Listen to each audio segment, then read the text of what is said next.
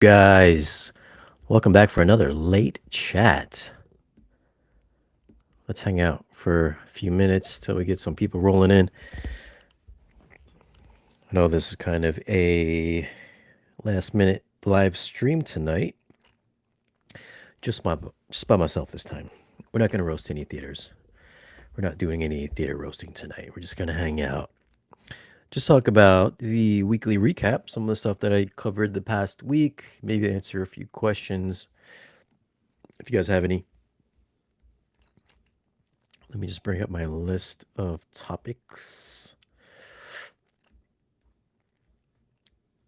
But who is in the chat tonight? Just drop a comment down in the little chat box there. Thanks for hanging out tonight. I know it's like midnight over here. It's midnight over in Connecticut.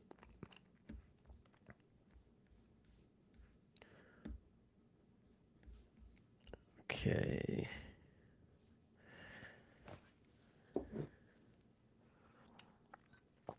But I did a lot of. I covered a lot of movies. Whoops. Covered a lot of movies the past week. So I took a little break from doing the home theater reviews, home theater gear reviews, and I just kind of buckled down, did a bunch of movies because this summer has been pretty big for movies. So I've been really excited to review a lot of the stuff coming out on either 4K Blu-ray, digital, or Cloud Escape. I think it really kicked off with Dungeons and Dragons, which is one of my favorite movies this year. But let's see who's in the chat today. What's up, ER? He's got a little question there. We'll get back to that a little bit later. What's up, Lamar?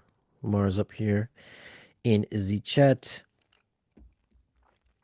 Mark Reed. What's up, K-Man?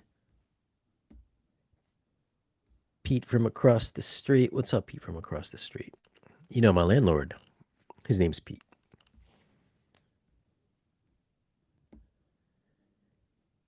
Daniel, what's up? Hey, Shane, no review on Creed 3 on 4K disc.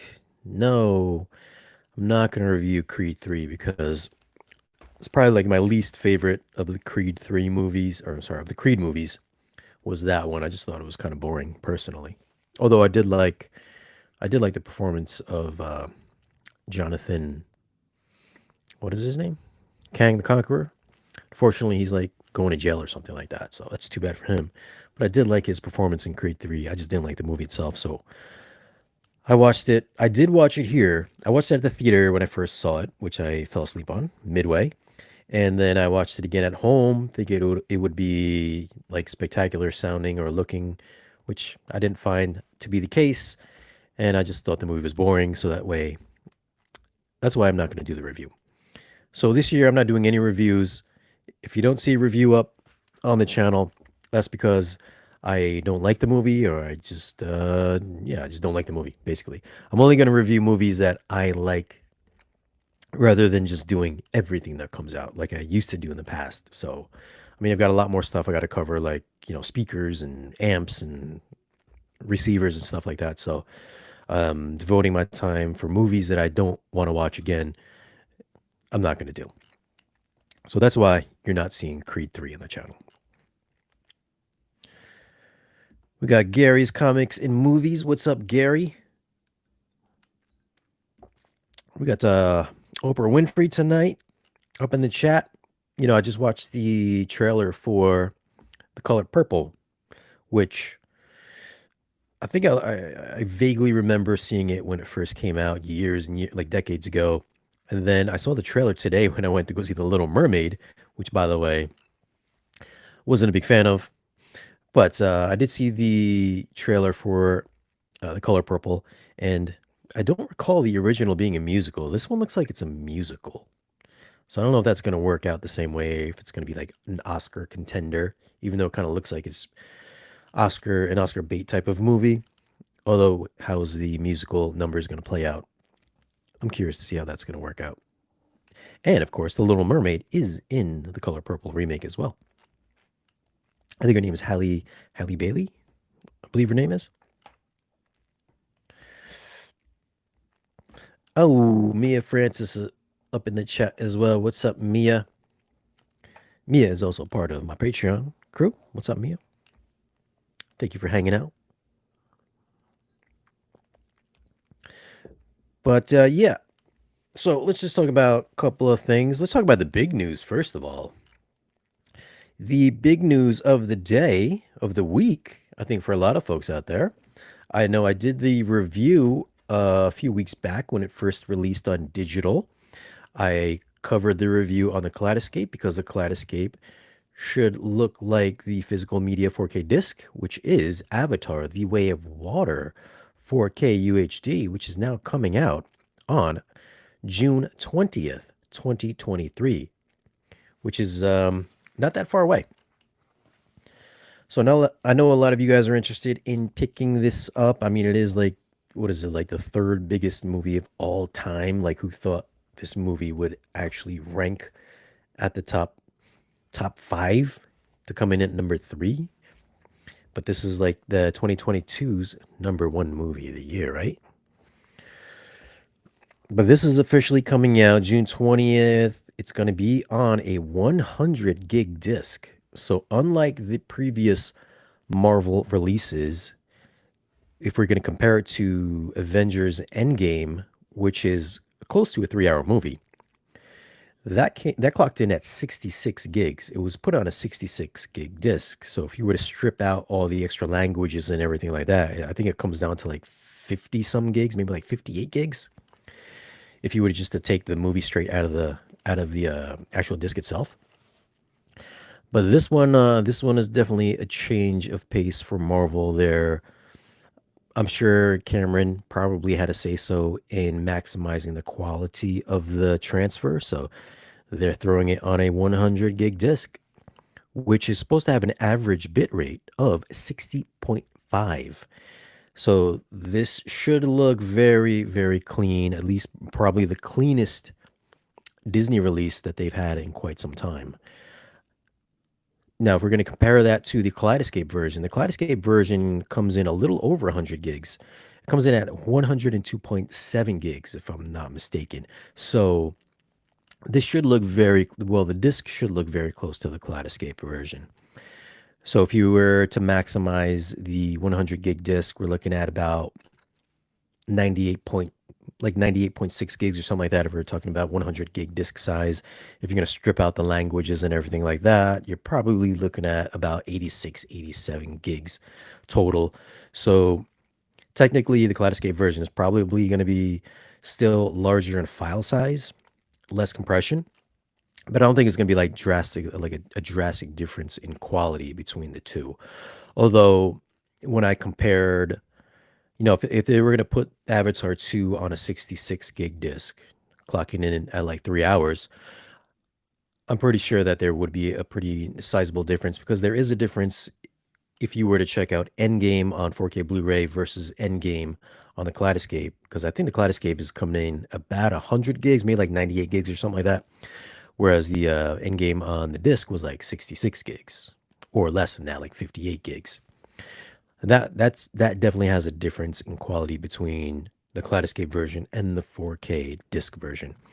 Whereas Avatar 2 should look very similar, if not nearly identical. So I'm not seeing too much of a difference. I don't anticipate too much of a difference for visuals. And then audio-wise, it should be identical, because they're both going to be the lossless Atmos mixes for the home, which, if you saw my review, which I did about a month and a half or so back now, thanks for watching that, by the way. I got a lot of views on that. But that Atmos mix should be identical to what's on the 4K Blu-ray. So I know there's some folks wondering if the 4K Blu-ray is going to sound better than the digital, which it will. And then is it going to sound better than the Kaleidoscape or different than the Kaleidoscape? No, it should be an identical, because they're sourced from Disney. Disney sends the mezzanine file over to Kaleidoscape, and then basically the lossless track just ends up being untouched to Kaleidoscape, which is going to be the same way for the 4K disc as well. And Yes, it is slightly kind of at-moused, meaning that it is kind of lower in volume from other movies that you might see in like from like Sony or Warner Brothers. I think you have to, or at least I had to like bump up the volume about 6 dB or so, maybe like 8 dB to get it up to the regular kind of like normal reference standard from like Warner Brothers and all that stuff. All those other companies out there. So and then if I remember correctly, the Way of Water Atmos mix was also largely a static mix rather than a dynamic mix. So for the guys wondering out there, is this going to be a mind-blowing audio experience? To be honest, I really wasn't blown away at the theatrical presentation, and I also was not blown away by the Atmos mix at home, especially the bass as well. The bass could have used a little bit more juice on the bottom end, but I think it's like still capped at like 30 hertz, maybe like 35 hertz or so. You know, where they put the high pass on it, which, by the way, was discussed on a previous video. It's called "Why Do Atmos Mixes Suck" or something like that, which I put up a little video clip a couple days ago. So check that out if you haven't checked that out. But yes, the bass is also gimped as well. So it is, I guess you could say it is atmoused as well, because the volume is a little bit lower. It is a static mix. There are a couple scenes during the movie where it is dynamic. So if you do have wide channels, you know, it'll activate those wide channels, but it's very rare. There's some decent high channel activity, if I'm not mistaken, as well, if I remember the review that I did. But it is not what I would say a reference quality Atmos mix. Although for the video quality, I would say that is a, for me, I know there's the whole thing about fake HDR and all that stuff, but on my displays on my 85-inch X95 and also on the Z NZ8 looked fantastic. The HDR looked fantastic on that. Is it going to blow your eyeballs out with brightness? No, it's not going to blow your eyes up with brightness, but it looks fantastic. The colors are great on it. It's razor sharp. The difference between the technology in 2009 and now, while it might not seem like a massive difference, but if you were to go back and watch Avatar 1 to Avatar 2, you could see how much better the CG is, especially with the textures on skin and the textures on the background, the water effects, so much better than Avatar 1. But not to take away anything from Avatar 1 from 2009, because that still holds up very well today. Still looks better than pretty much every Marvel movie ever released. Avatar 1 from 2009. So, I mean, let's not take away anything from the advancements that happened back then. But video quality wise, I did think it was reference quality video. I think I gave it like a 9.9 or something like that. And that is coming out June 20th. And also Avatar 1 is also coming out June 20th, which I believe is going to be just the regular theatrical version of it. I don't think it's going to be the extended cut. Both of them are going to be in the full screen aspect ratio. I think it's 178 to 1. So it will fill your screens, just like the Kaleidoscape and the digital versions. Is it going to be a remaster? I'm sure it will be, because it's 4K. Whatever we got for Avatar 1 theatrically, I'm sure it's going to trickle down to the home release. Although there's not going to be any high frame rate, because the Blu-ray spec does not. Oh, actually, no. The Blu-ray spec does not have 4K 48 frames per second. I believe it only covers 48, or sorry, I believe it only covers 4K 60 frames per second, like we got on Gemini Man and Billy Lynn's Long Halftime Walk. So I'm sure we are not going to get a high frame rate version. Maybe they could use motion interpolation to freeze a couple frames to fit within the 4K 60 wrapper. I mean, maybe that's a possibility without getting any kind of weird motion artifacts. I don't know. I mean, that's a possibility, I suppose, but I know we're not going to get any high frame rate for the 4K versions on Avatar 1 or Avatar 2. And the 3D version is definitely not going to get a high frame rate version, because that's going to be on a two-disc Blu-ray. Obviously, 3D is only 1080p, so 1080p per eye. So that's going to be split up between two discs. Very much like Titanic, 3D was split up between two discs. And for the folks that are like 3D is totally dead, which to be fair, obviously there's not a lot of movies stateside that's being released in 3D, especially like Marvel. Typically, you would have to import those Marvel 3D releases from Japan, get them on eBay or whatever, wherever you guys get them from, or Amazon Japan. You can import them into the States. I think the last movie that came out 3D here in the US, I think was it Alita Battle Angel? Maybe one of the Star Wars movies, but it might have been Alita. But that is going to be split up between two discs. Again, not high frame rate because standard Blu-ray doesn't support 48 frames per second. Could they do that? I don't know. Could they do that? Maybe one of you guys would know, but I don't believe so, though. But I am excited for that to come out because I'm a big 3D fan. Unfortunately, the 3D version is only going to get the 7.1 audio, whereas the 4K versions are going to get the Atmos audio. For you standard Blu-ray users out there, the 1080p version is only going to get 5.1 audio. And then also the regular DVD is going to get 5.1 audio. And if we're talking about disc size, once again, the 4K disc is going to be on a 100 gig disc. The standard Blu-ray is going to be on a 50 gig disc. And I believe the DVD is going to be on an 8.5 gig disc. So drastic size differences when you go from DVD to Blu-ray over to 4K. So that is going to be the news for Avatar: The Way of Water in 3D and in 4K, and the 2009 release of Avatar, all coming out on June 20th, 2023. And you can pre-order that for, what is it, $33.99 right now. Let me bring up the 3D version. The 3D version also is going for, it's actually going for a little bit more. It's $39.99 if you're going to pre-order it. I'm sure once they come out, the prices will probably drop a little bit once the movies actually do release, because that tends to always happen. So you'll probably see these for like $29.99 or something like that.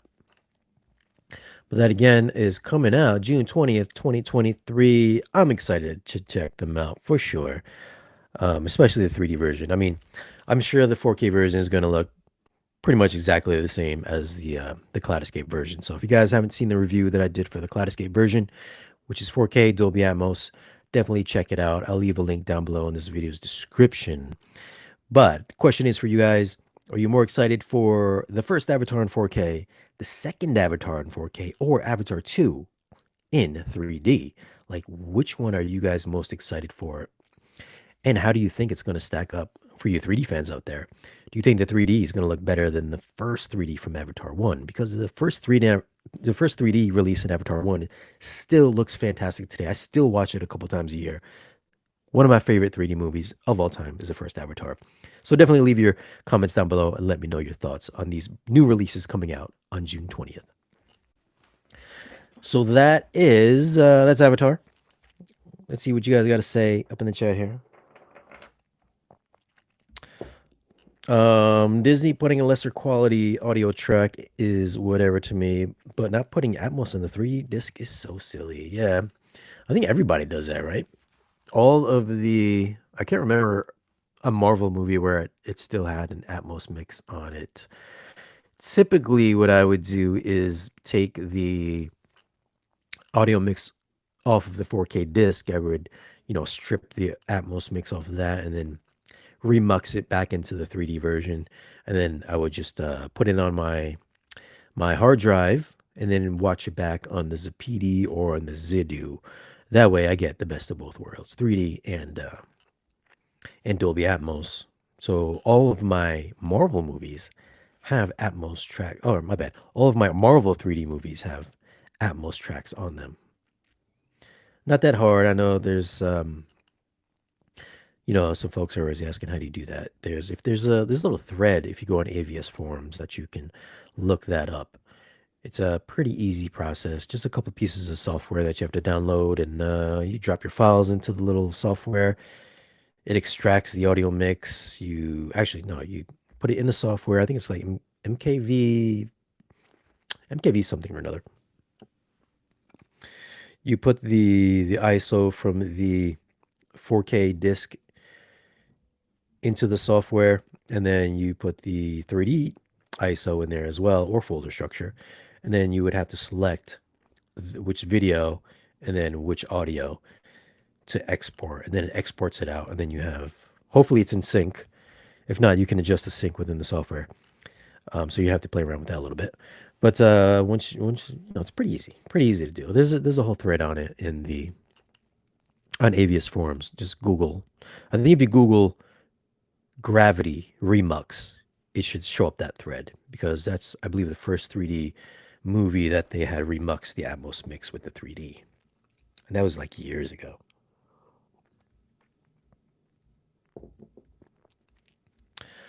Uh, ba, ba, ba, ba, ba. What we got here? I got in on the pre-order for the Nakamichi Dragon. Can expect it by August. I recently purchased the Nakamichi Shockwave on sale. It comes tomorrow. So you are buying the Nakamichi Dragon, and you also bought the older Nakamichi Shockwave. You are committed to the Nakamichi there, Michael Walker. You can have both of them.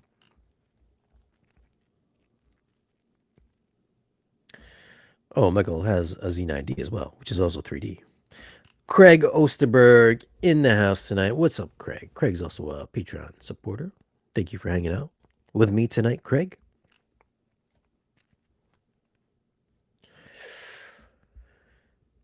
Personally thought Avatar 2's 3D was a bit better after seeing Avatar 1's re-release and Avatar 2 in the same theater. I went to go see Avatar 2 in 4K with a high frame rate. Unfortunately, my theater did not have it in high frame rate, and it was also in 239:1. So it was like clearly, those movies are shot in 178:1. So I could see where the tops of the Navi's heads were cut off and everything like that. So I stayed for like a half an hour and I left because I know that so much info was being cropped out of the 239 aspect ratio versions of the movie.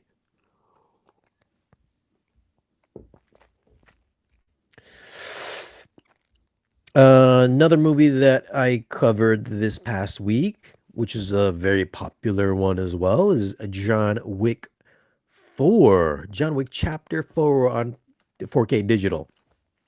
So the funny thing about when I do these 4K digital reviews, and you guys chime in as well if you guys get pissed about it that I do this.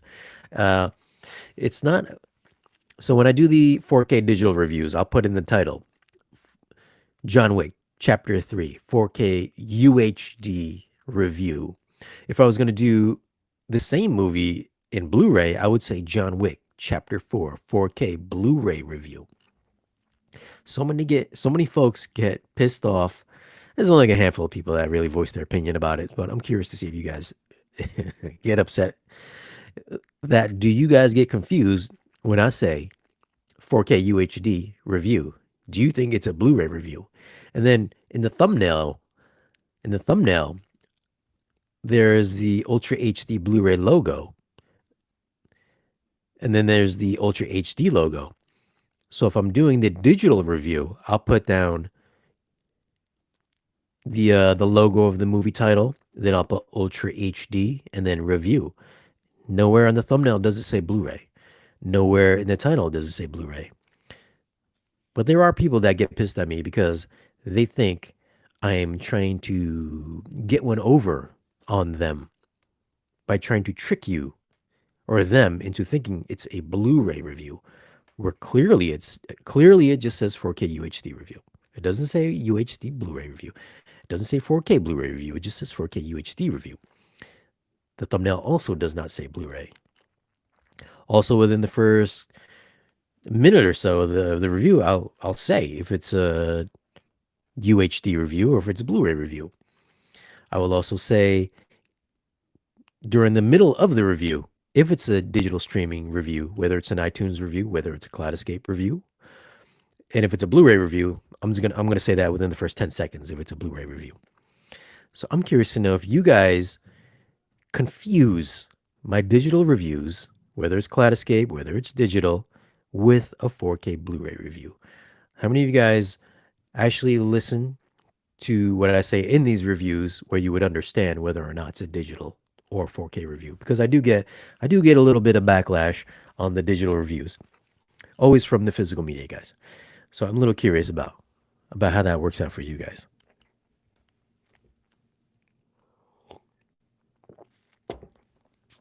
And And let me just clear up one more thing as well, as far as like Kaleidoscape and digital reviews go, because I know I said this in the last review, or the John Wick 4 review. Some of you guys would just be like, "Yo, why didn't you pick this up on the Kaleidoscape, or why are you doing the digital review? Because the digital is not going to look like the 4K disc. The Kaleidoscape will look like the 4K disc." So unlike some, there's the conspiracy theorists out there that think that all the gear that I get is for free, or all the movies that I get are for free. Couldn't be further from the truth. The Kaleidoscape, I have a Kaleidoscape. I think it's either a 6 or 8 terabyte. I forgot. I think I might be an 8 terabyte. So hard drive space is at a premium for a Kaleidoscape. I mean, these movies clock in at like between 60 to 100 gigs, and the Kaleidoscape storage is something like $12,000 or $17,000. I think if you get like the 72 terabyte one, it's something like $25,000. Listen, I'm all for like high end gear. I mean, I have high end gear. I've got the processor, which is something like 30 grand, or the Kaleidoscape is something like 8 or 9 grand. So, listen, I have some nice stuff here, but these hard drives in the Kaleidoscape, they're still a mechanical, like spinning platter. Um, I've had hard drives that died just because I'm copying my camera footage back and forth to it like all the time. So I've had regular hard drives, 8 terabyte hard drives die. So when I'm shooting a video, like if I was gonna shoot a review, like a 20-minute review, that's and I'm shooting raw footage, that footage is like 60 gigs for like a couple of minutes. So what I do, I'll take that footage, copy it over to my hard drive, and then I'll edit from there. When I'm done, I delete it. Like I don't keep my raw footage because storage can get expensive after a while because these files are so big when I'm shooting my reviews. So it's kind of like, and I've had because I delete footage and I rewrite to it constantly all the time, every time I do a review. So I know that you can download Kaleidoscape movies and you can delete them and re-download them all day long if you want to. But I would rather just get the movies that I really like, that I'm going to rewatch over and over again, that I think are stellar quality video and audio wise, demo worthy wise, and just keep it on there and just leave it there, rather than keep buying movies on the Kaleidoscape and then deleting it, trying to make space for the newest title to come out. Because I would rather not have that situation where I have to spend like 10 grand for another 6 terabytes. Once that's filled, I'm just going to keep it there. And then if it's full, I'm going to have to be forced to buy like another drive for like 10 grand or whatever it is. Hopefully it's cheaper in the future, another 5 years from now. So if a movie is not worthwhile, doesn't have a high rewatchability factor for me, I'm going to do the digital review rather than the Kaleidoscape review. The price difference between the two is typically about $5. The digital version of a movie might be $19.99 on iTunes. I do iTunes, by the way. I don't do Amazon because I find the Amazon quality kind of sucks. So I find that iTunes looks the best. So I'll do iTunes, $19.99 for a digital version of the movie, whereas a Kaleidoscape is typically $5 more. So $20 on iTunes, 25 on the Kaleidoscape. If it's Warner Brothers, it might be 25 on iTunes, and then it might be $40 on Kaleidoscape. And I'm definitely not spending $40 on a movie I'm not going to rewatch more than once to go on the Kaleidoscape to kill my hard drive space. So I'll pick it up on the iTunes instead. Plus, I can watch that. I can watch that on any device in my house or any TV. Whereas I've only got a Kaleidoscape in my theater. So for the guys out there that wonder why I don't do Kaleidoscape reviews all the time, that's the reason why. Because hard drive space is very expensive. It's stupid expensive. I could have like another used car for the price of a Kaleidoscape.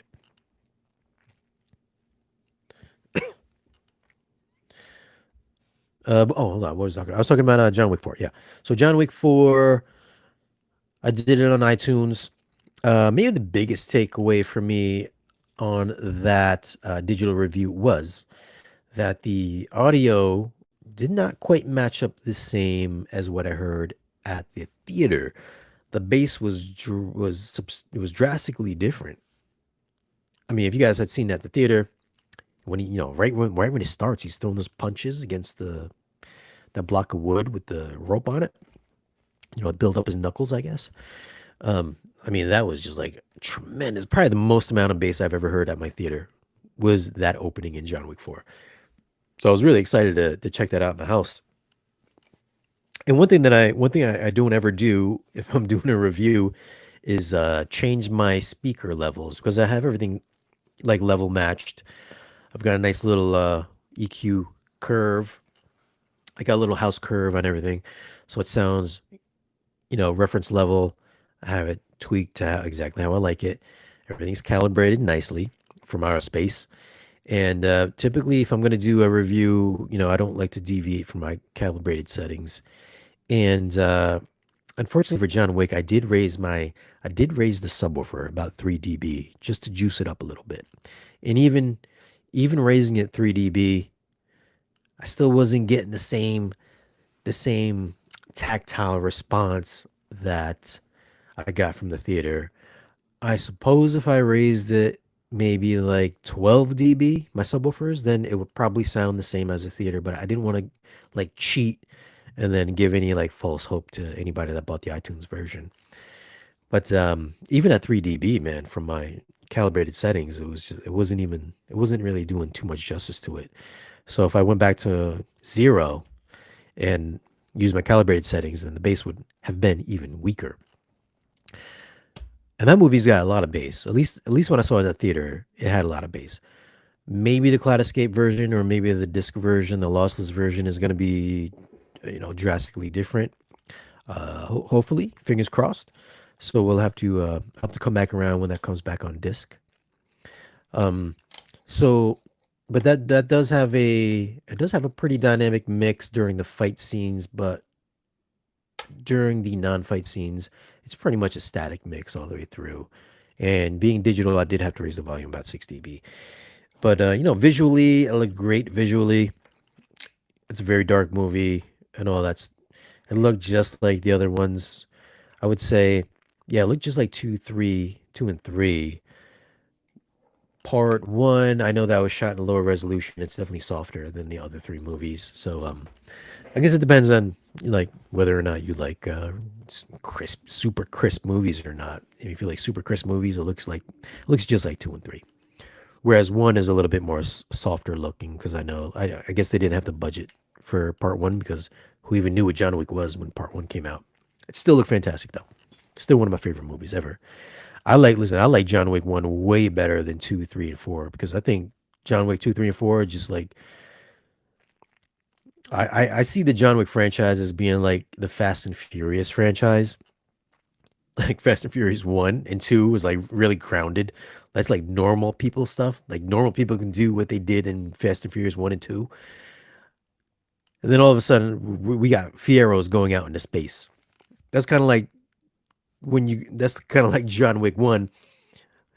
Yeah, it's slightly over the top. Like he did kill a lot of people in that movie, but a believable amount of people that he could kill in John Wick 1. Whereas 2, 3, and 4, I mean, Jesus Christ, man. He killed so many people. He must have killed hundreds of people between all three sequels. Ridiculous amounts. I mean, I fell asleep halfway through John Wick 4 at the theater when he was in the middle of killing some people. I woke up about 25, 30 minutes later. He was still in the middle of killing people. And I was like, whoa.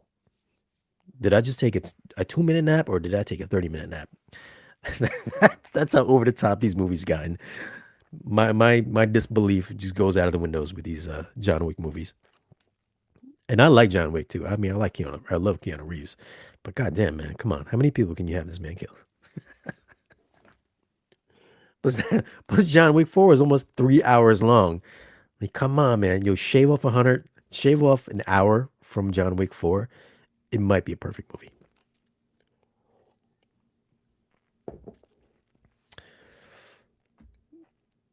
Oh, see that? I don't feel so bad. John Wick 4 was a bit ridiculous for me. Part one is dope though. Yo, how many times can John Wick get hit by cars? How many times did he get hit by a car in John Wick 4? How many times did he get thrown off the stairs or out of a window in John Wick 4? I mean, come on, man.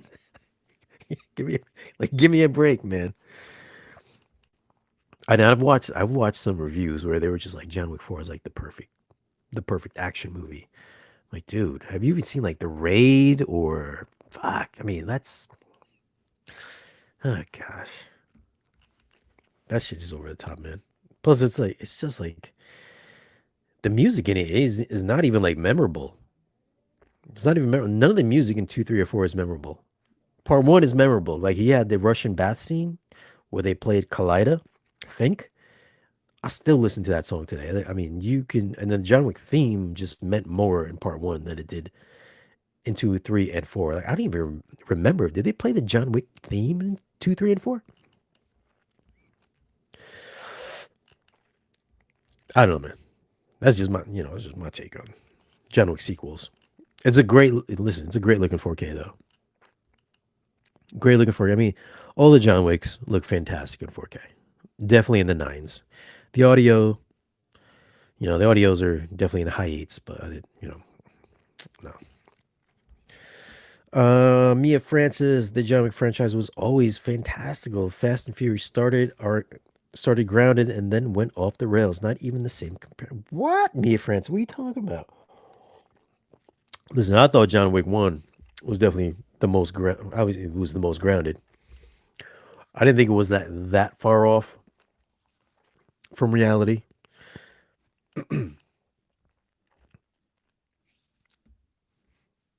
But let's just talk about Fast and Furious 9 and 10 first, because I did go recently to go see Fast X about 4 days ago. Which, listen, I love that movie. As stupid and fantastical as these Fast and Furious movies are, they kind of they embrace the lunacy. I mean, I think when Fast 8 came out, they were just like, "Yo, what are we gonna see? Are they gonna go in space on the moon?" And what happened? The next movie, Fast 9, they went out in space. So they listened to their fans, and they actually put a Fiero in space.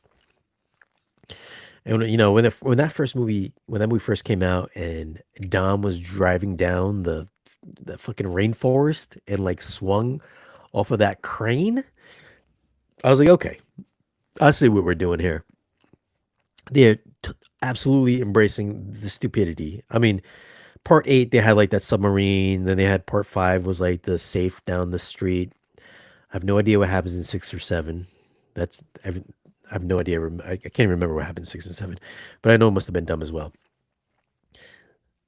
But each sequel they get stupider and stupider to the point where it's like you just know they're gonna do something stupid. So that kind of shit. I'm just like, all right, they're gonna do some dumb shit. I embrace it. I think it's like they're at the point of like Sharknado levels of lunacy. So I'm all down for it. Fast 10, Fast X was not quite as over the top as Fast 9. Although they did do some dumb stuff in it as well that just like defies the law of gravity and strength. I mean, Dom like flipped over a car with his arm. He like flipped over a car. I think he flipped over a Beamer or something like that. I was like, okay. I was like, well, it makes sense. These movies make sense like that. I don't know, but for some reason, I just can't get on board with like the stuff that they do in John Wick. I just can't do it, man. Like that shit don't make sense. But listen, as far as like Fast X, I really like Fast X a lot. I like what they did in it. The CG was just as bad as the other ones, but they embrace it, man. They embrace it, and it's got some heart in it. You know, they yeah, I don't want to spoil anything, but nobody ever dies. Just like the Marvel movies, nobody dies in these Fast movies. So there's some s- guest appearances, cameos in the new Fast X movie, and I think it should sound pretty good because it sounded pretty good. Atmos wise, it should sound pretty good. I think they shot it. I don't know if they shot it on film or not, but I believe the 4K image that I saw at my theater was definitely not crispy. So I'm pretty sure it's got some grain in it. And then the Atmos wise, I didn't hear too much going on in the Atmos, but you know we'll see. But I thought it was a fun movie overall. So definitely check that out, man. Go check out Fast X at the theater. I know it didn't do so great like domestically money wise. I think it made like $60 million. I think the last one made like 70, but globally it made like 318 mil.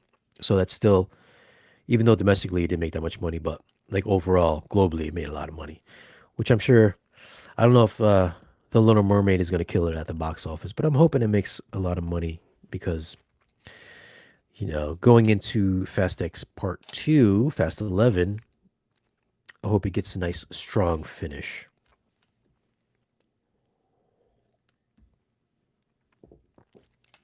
Fast and Furious 1 and Tokyo Drift were about cars and racing, the ones I enjoy.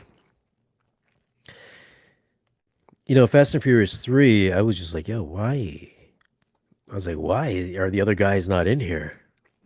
Who was it? It was that country guy, and then Bow, and then Bow Wow was in that one. I was just like, yo, what's going on with this one? And then four, God, Jesus, I don't even know what happens in four. I have no idea what even happens in four. I think it just like it started catching its, it started finding its own direction. I think in part five, it was when The Rock came in. That's when all mayhem just broke loose. And funny, and oddly enough, I watched part five the other day because I was gonna pick it up on Kaleidoscape, but Kaleidoscape only has 5.1 mixes on their fast movies, whereas the discs, the 4K discs, they're actually in DTSX. For you guys that actually have them out there. Like I didn't realize it was DTSX on those. So I was watching Fast Five on 4K Blu-ray like yesterday. I wanted to see how the DTSX sounded, and I didn't get a lot of bass in that either. I mean, correct me if I'm wrong, but there wasn't a whole lot going on in that mix. I thought I was gonna be blown away because everybody always goes on about DTSX. I can't even remember the last time I saw a DTSX movie. Honestly, everything is Atmos. So I went back to the library and I was just like, oh, I actually have Fast Five. It's actually DTSX. I just wasn't blown away by the mix. I can't think of a DTSX mix that actually blew me away. I mean, somebody's got a recommendation, type it in the comment section, but I can't. Nothing really comes to mind as far as crazy DTSX mixes. But listen, I got a couple super chats here. Tony Esquire, yo, thank you for the $10 super chat, Tony Esquire. I understand your movie reviews. Some people are just special.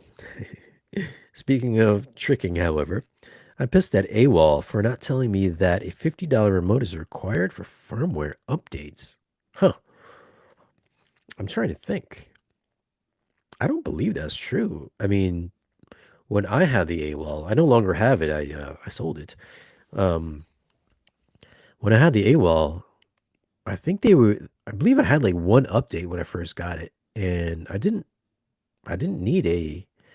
I didn't need a $50 remote, so I'm not sure what that's pertaining to. I mean, you're gonna have to drop a link or something like that, or I'll just Google it later tonight and check that out. But I know that I had at least one firmware update, and I don't recall. I definitely did not have to buy a $50 remote, so I'm not even sure why you would need a $50 remote or what that $50 remote even does. Like that don't even make sense to me.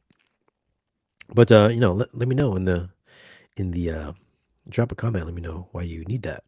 Like, what does that $50 remote activate that you just can't get just downloading it? Oh, yeah, second part here. When I can get rid of my AWOL 3500 $1,600 fire cell, I'm going with the 4 movie theater. I like your UHD reviews, but didn't care for John Wick 4 though. All right, you got a couple things here. So you're gonna get rid of your 3500 for $1,600. Man, I think that's crazy. Correct me if I'm wrong, but I think Dolby Vision is available for the 3500. If I'm not, if I'm not mistaken. Because I think it came out for the Hisense, and then I think it came out for the AWOL also. And I'm almost positive that the AWOL 3500 is a lot brighter than the 4 movie. I can't say that for sure because they've never sent me 4 movie has never sent me a review unit, so I can't say that for sure. But I think the consensus is that the AWOL is brighter than the 4 movie. I'm sure one of you guys have seen it in person. If that's true, then let us know in the comment section. But the AWOL is, I think it was like the one of the brightest ultra short throws that I have ever had here before. I'm trying to think of another one that's brighter than that one, but I think AWOL is the brightest. And I would say that it has the best 3D that I've seen from an ultra short throw as well. So I mean, if somebody's gonna snap that up for $1,600, that's a pretty stellar deal. Somebody wants to buy that from you. That's a good deal. And I think that the AWOL is something like 4 grand, right? It's like 4 or 5 grand. Brand new. It might be on sale now, but as far as I know, it was pretty expensive when it first came out.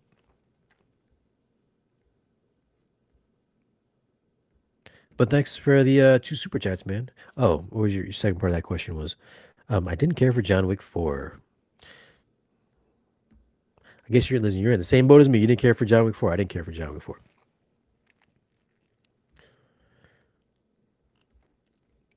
Just go to screen. Oh, look at that. All right. You got Michael Walker interested in your AWOL.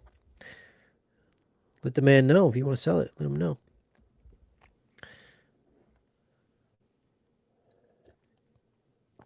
My library is in iTunes. Cloud Escape is too rich for me. Listen, not everybody can. Not I get. It, not everybody can have a Cloud Escape. Cloud Escape is super expensive. I get it. Listen, people don't like the Cloud Escape because it's so expensive, but people like the reviews that come from the Cloud Escape, though. Like nobody minds those reviews about it, of the movies on it. Isn't Jurassic Park always DTSX? I'm trying to think. I don't think the last one was the last Jurassic Park. I think the last Jurassic Park might be in Dolby Atmos. Although I do think the one before the last one was DTSX, but I think the very last one was Dolby Atmos.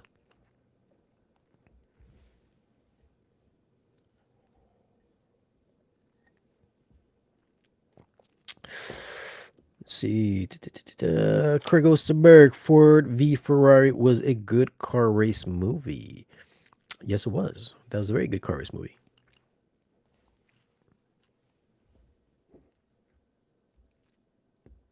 Also, good Atmos as well. I would have liked to have seen that movie in 4DX. I think that probably would have been a really fun movie to see in 4DX. Kind of like Top Gun Maverick was really fun in 4DX. The King, are you watching Little Mermaid? Yes, I watched Little Mermaid today. As a matter of fact, um, I don't really recall. I don't really remember what happened in the cartoon, in the animated version, but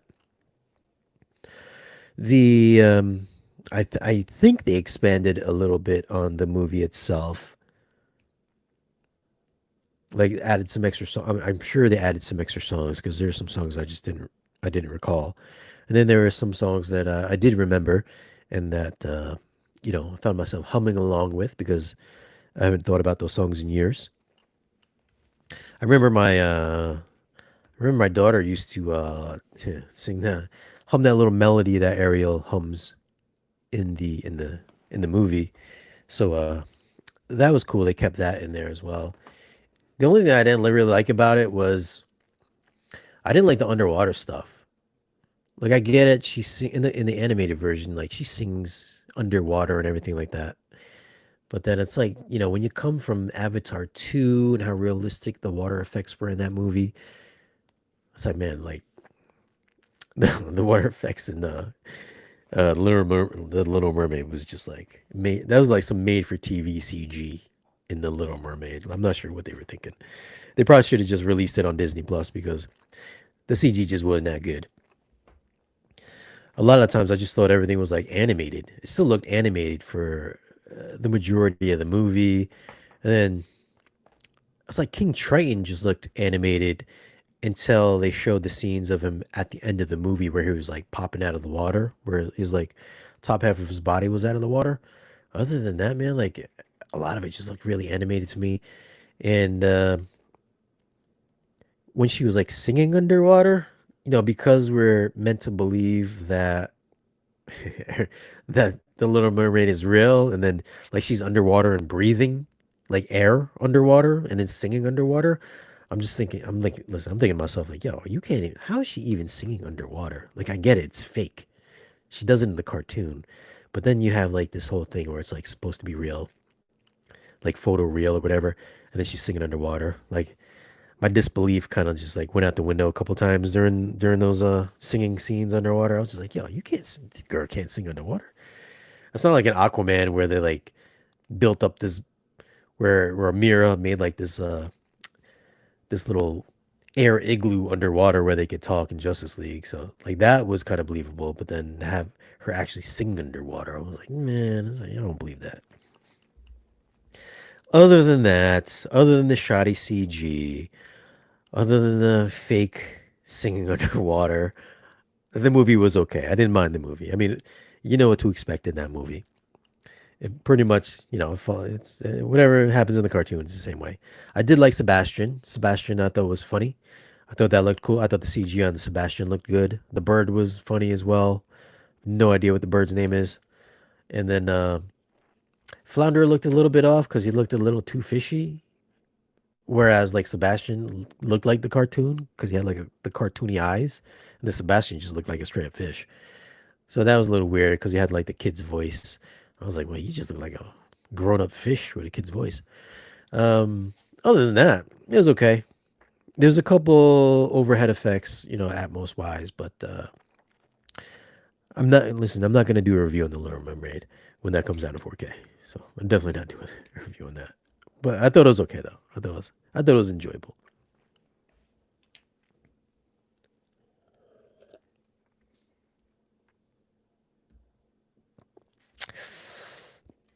Mark Reed saw Dungeons and Dragons in 4DX fun format, but wished the audio was Atmos, only 7.1.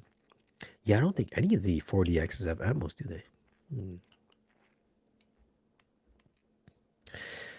Let's be honest. Most of these Atmos mixes at the theater, they're just not that. Nothing's really too memorable every time I go to the theater and I listen to Atmos. The only really memorable one would have to be, which I reviewed. We'll talk about Evil Dead Rises. So, Evil Dead Rises, I did the digital review. That is an extremely dark movie. So, like Black Crush and all that. Stylistically, I guess that's just the way it's supposed to look. Even though I don't like those types of movies where it's like Exorcist and I'm ripping, skulls in half and all that shit. Ripping off arms and I've got limbs hanging around and guts spilling out of bellies and all that stuff. Like, I don't like to have those images in my mind all the time. Like, I know they're fake and all that, but I just don't like to have that type of imagery floating around in my head. Even though I know it's fake. I get it, it's fake.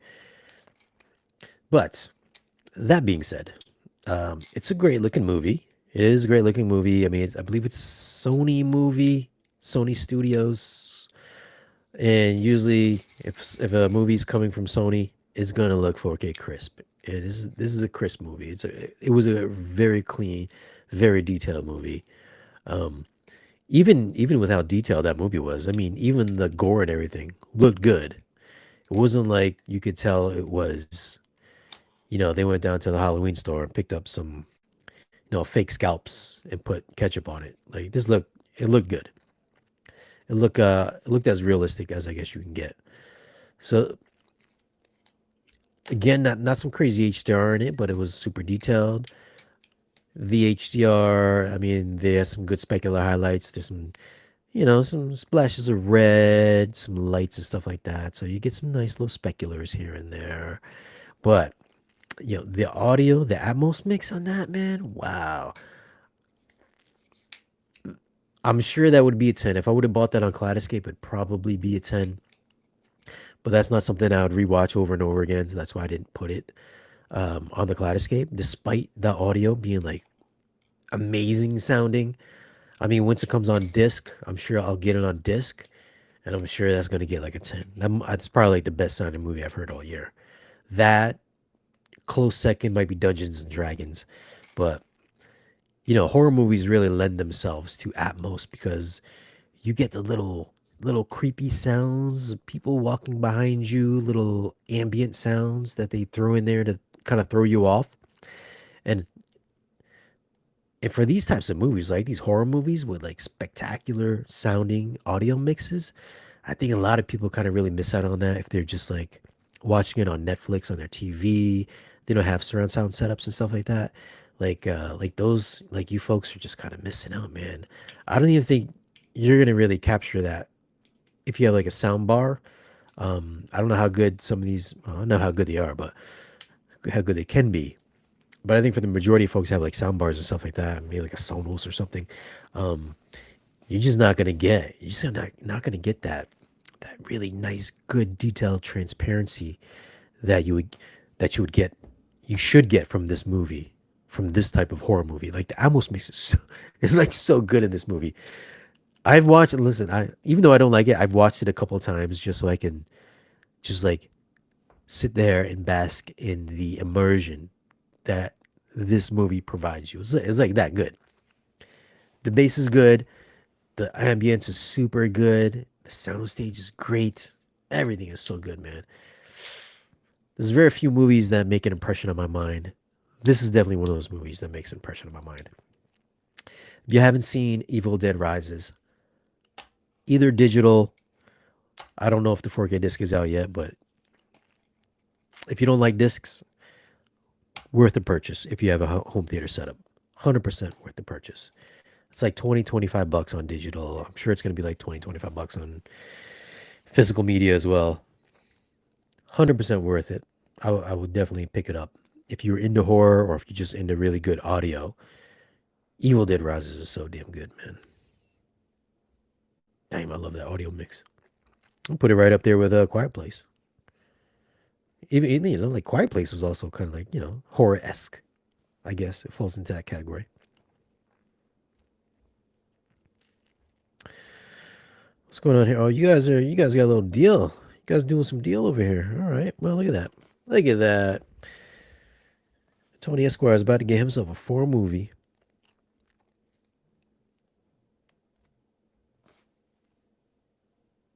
What's up, Will World? Mm,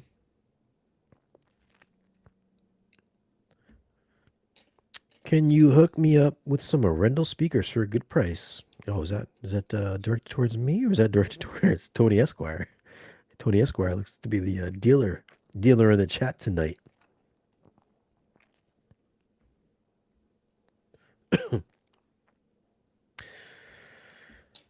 Agreed. Invisible Man looked and sound really good.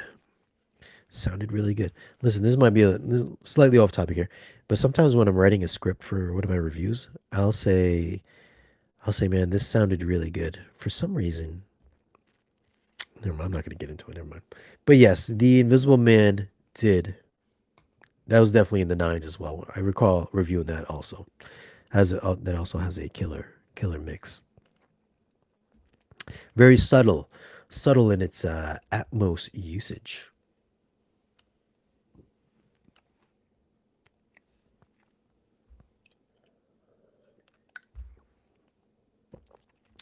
Mother has amazing panning also. Which one is Mother? Is Mother with Jennifer Lawrence? I recall seeing. I think that's the one you're talking about, right? With Jennifer Lawrence. That's definitely not a movie I would watch again.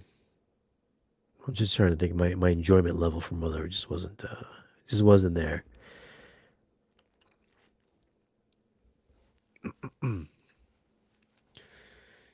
The uses Sonos Beam Gen 2, which holds up very well. Did you pick up the Sonos ones for the back? You know, they came out with some new Sonos speakers. Kind of wanted to check those out.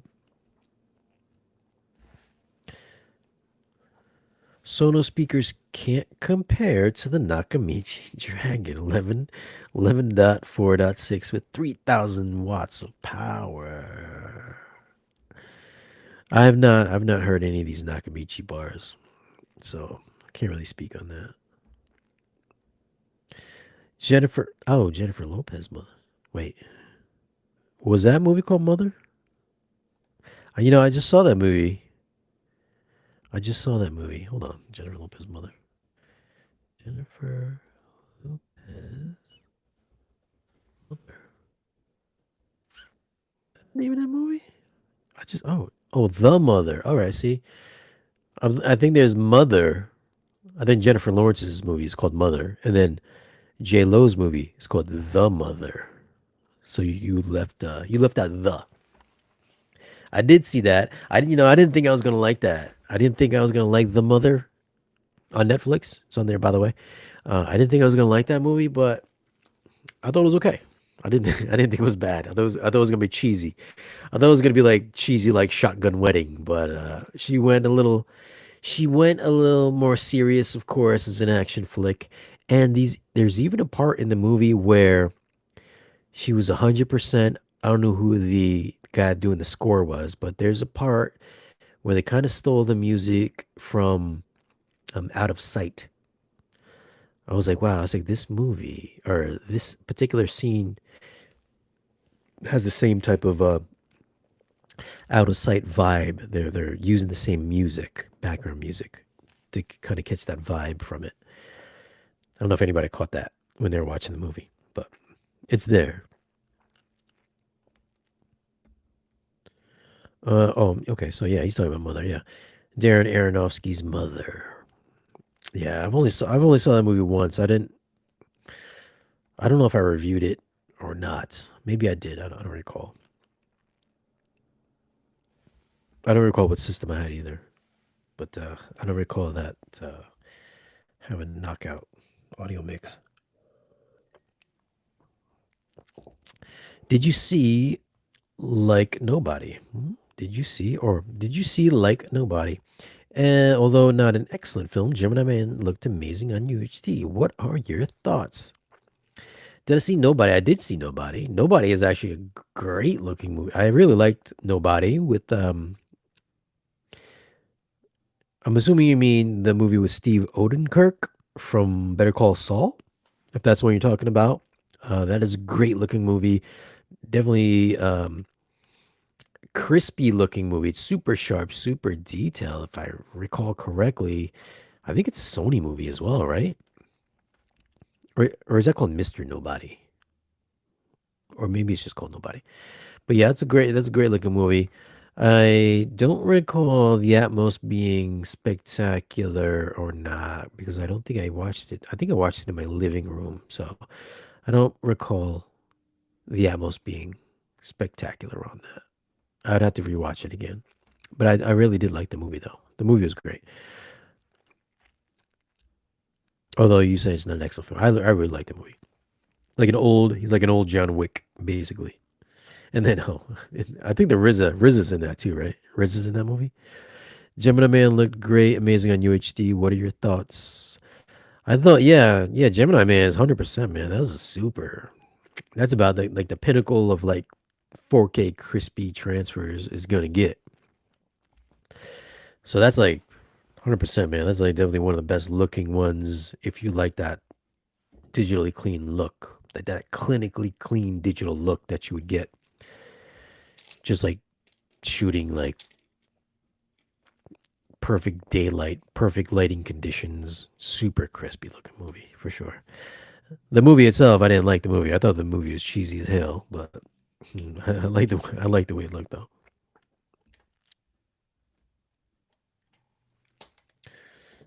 Mm.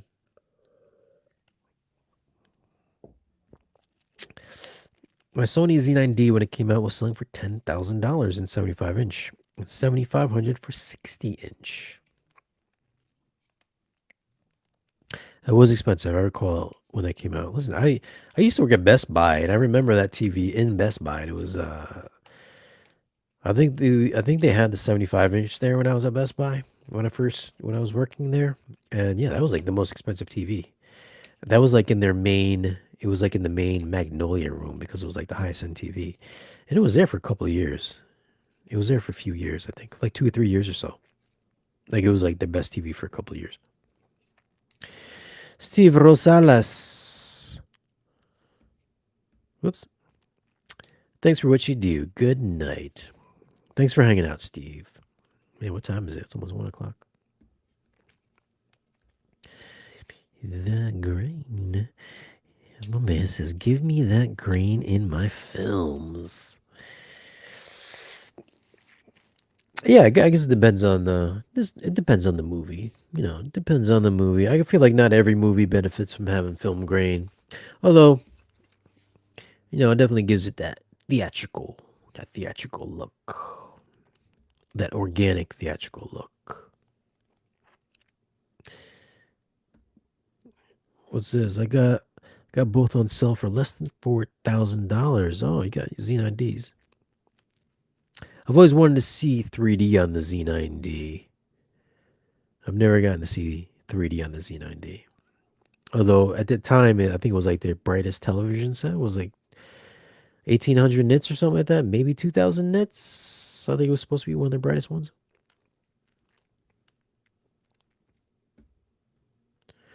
Got me thinking about Passengers. Not a horror movie, but great atmospherics. Yeah, I re-reviewed that. I think last year because had forgotten that I had even owned it, and then I sat there and I rewatched it, and I was like, oh wow! I was like, yo, this is actually a good movie, and it looks fantastic.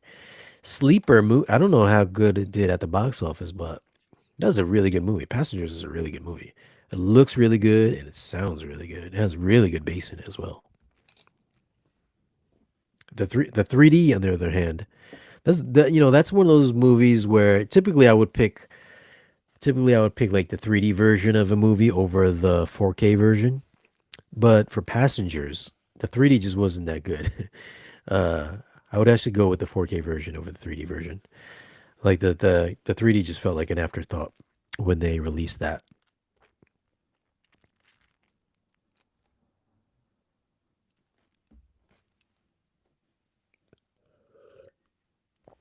Not a fan of the DNR look, but I like crispy. Look at Dune's use of green.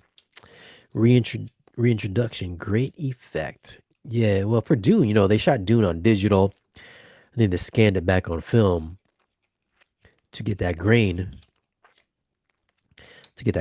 look, and then they transferred it back on digital. So that's how it's got that grainy appeal to it. Looking forward to this summer at the movies. Seems like something interesting is coming out every week. I especially can't wait for Oppenheimer and Dune Part 2. Yeah, man, this is a stacked summer for movies. I mean, let me go through my AMC list here. So right now I've got on June 11th, I've got Transformers Rise of the Beast that I pre-ordered or I pre-bought my tickets for. And then I've got The Flash coming June 15th, like 4 days later after Transformers, The Flash is coming out. Like that's on my A-list order here, AMC list. I mean, I just saw the Little Mermaid today. I saw that today. Week before that, I saw Fast X. Week before that, I saw Guardians of the Galaxy 3. Week before that, I saw Renfield. Week before that, I saw Air. Week before that, I saw the Super Mario Brothers Week before that, I saw Dungeons and Dragon. So it's like, yo, every week for the past like couple months has been like movie after movie after movie.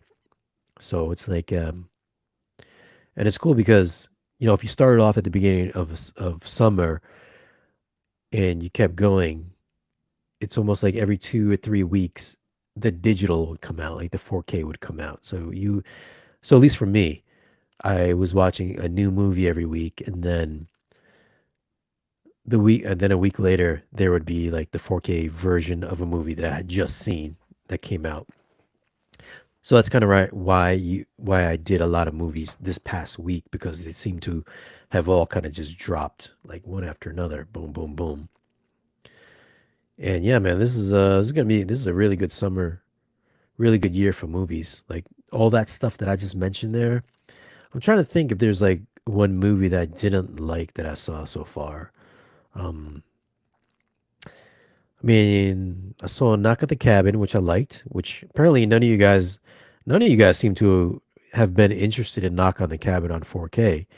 That is, for you guys that like film grain, that's got some film grain in it. It's got a very nice filmic look to it. It's got a great sounding Atmos mix. And, I know some people were like, it's like a woke movie. I guess because there's a gay couple in it. But let's see, if you like Modern Family, I was like, yo, this is like the horror. This is like the horror version of Modern Family. Um, with Lily's in there with the two gay guys. But I didn't find that movie to be woke at all. I don't know if that was their intention or not. I just thought it was just it was a gay couple with the daughter happened to be in the woods. I didn't find that to be woke whatsoever. I thought it was a great movie. I'll probably pick it up at Kaleidoscape once it goes on sale for $10. Like I liked it enough where I would watch it again because it has a great Atmos mix, and stylistically and visually, I think it's a great looking movie. I know you guys let me know in the comments if you had seen Knock at the Cabin, because I think it's a really good movie. I think it's one of Shyamalan's better movies, actually.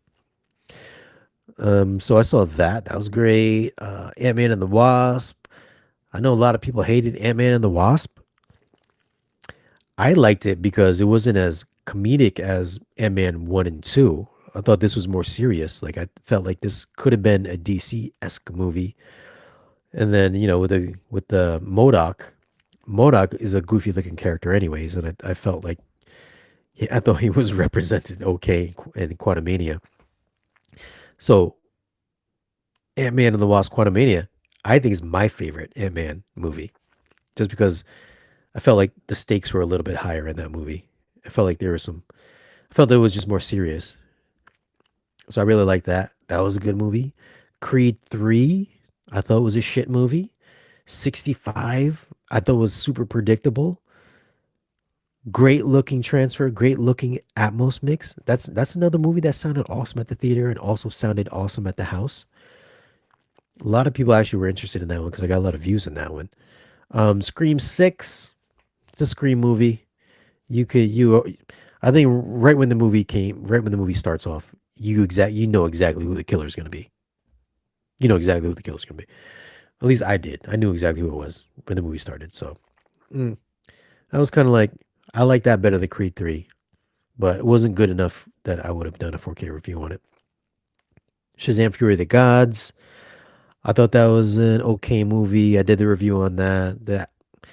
This might be, I don't know what's going on with the Warner Brothers lately, but starting with Black Adam and now Shazam Fury of the Gods, typically Warner Brothers has reference quality audio.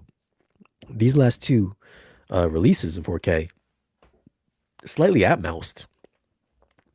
I don't know if somebody's going to come up with a clever name for Warner Brothers mixes, but both those two movies for DC at least, about 6 dB lower than normal. But listen, I thought that was still a fun movie. I thought it was an enjoyable movie. Then we got John Wick 4, enjoyable movie, not the best in the quadrilogy, but still a fun movie though. Dungeons and Dragons, you guys got to pick up Dungeons and Dragons. Awesome 4K, awesome Atmos. Super Mario Brothers, fun movie. Air, good movie. I would definitely. I'm not gonna do a review on that one because there ain't nothing to talk about on it. Renfield was a fun movie, dude. All these movies are just fun. Guardians of the Galaxy, my favorite. Guardians of the Galaxy was so good because it was like emotional. It was like serious. It wasn't as jokey as one and two. Actually, wasn't actually. I kind of like part one. I would have to say part three for me. Part three, and then part one, then part two. Guardians of the Galaxy. I will do a review on that one because at least in the theater that I heard it in, the Atmos in the theater for Guardians 3 did sound pretty good at my theater. So I'm anticipating it to sound pretty good, although probably about 6 dB lower than normal. And then, we're at Fast X and Little Mermaid. This summer has been like loaded with movies. I can't remember a summer that was this loaded with movies before. And the majority of them have been very enjoyable, I think. And plus we got, Oppenheimer, and then we got what else is coming out? I think Oppenheimer is the only thing, right? Does it end with Oppenheimer? I'm trying to think of another movie that's big that I don't have tickets for. Did you go to the Flash? No, I did not go to the Flash screening. Oh, that's Spider Verse 2. Yeah, that's right. Spider Verse 2. That's coming out like next week too, right? What? Yeah, it's like next week. Yeah, Spider Verse 2. Mm. Oh, that's right. Indiana Jones is coming out. I'm gonna pick up that.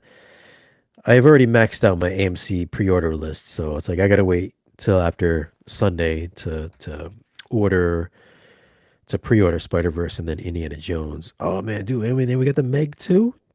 Dude, look at all of these movies, man. We got all those movies I just mentioned. We got Spider Verse. We got Indiana Jones. We got the Meg 2. We got Barbie. Oh shit, we got Mission Impossible. Dude, there's so many good movies coming. There's so many good movies coming out this summer. So many good movies. I can't remember. I haven't been to the movies theaters this much in years, and they've all been good. Well, the majority of them has been pretty good. But yeah, dude. Oh man, it's so good. Spider Verse 2. I don't know if I'm really looking forward to the Spider Verse 2. Like I'm gonna see it, but I wasn't really. I liked the first one, but I didn't think it was good as what everybody else had said it was. Like I just didn't like the animation style. Which, if we're talking about animation style, we have Teenage Mutant Ninja Turtles. Now that we're talking about Spider Verse, that's also coming out as well. And I think they're jumping on the kind of comic book page from the 80s look on the newsprint style of look for their animated movies, which I'm not a fan of the look of the Spider-Verse movies personally, but subjectively speaking, that took me out of the movie somewhat. I thought it was a decent movie, but I just couldn't get around the look of it. Like I wasn't a fan of the look of how it looked at all. I think I've only seen it twice, once at the theater, once at the house for the review when I reviewed it. And then, Team NT's got that same look as well. And unfortunately, Indiana Jones has been getting some mixed reviews as well. That's a little disheartening, especially coming after Kingdom of the Crystal Skull, because everybody seemed to have like hated that movie. And let's be honest, some of that de aging stuff from the trailers looked a little bit shoddy. Like they should hire some of these YouTube deep fake people to de-age Indy because some of those scenes that I saw in the trailers didn't look so hot either.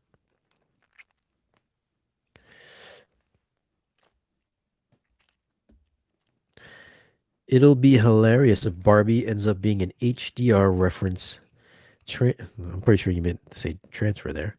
Um, Listen, I'm pretty sure it's gonna look. I'm pretty sure it's gonna look awesome on 4K, no doubt.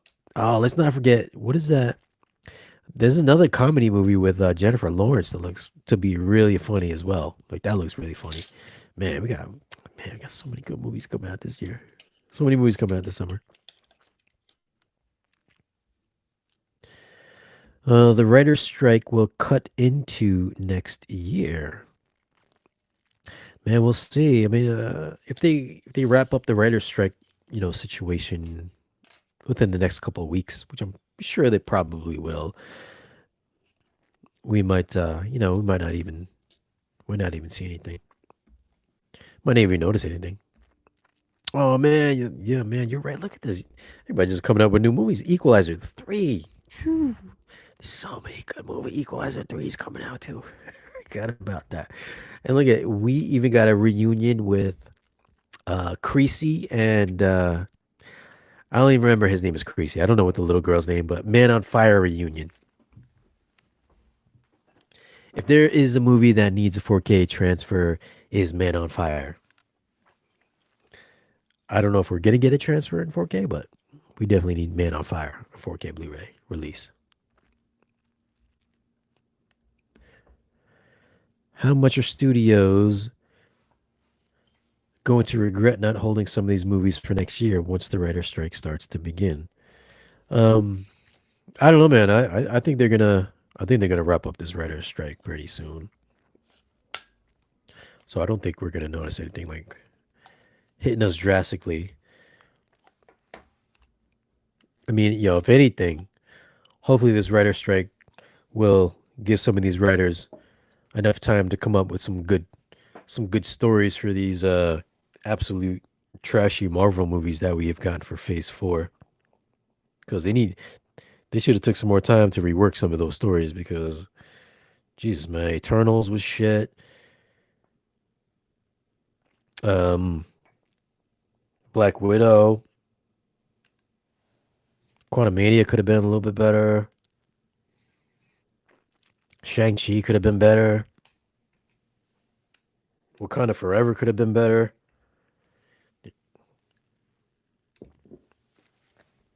She-Hulk could have been fucking She-Hulk could have been better. Yeah, like it's like everything from Marvel was just like fucking crap, man. So all those writers, all those Marvel writers, fucking rewrite your stories.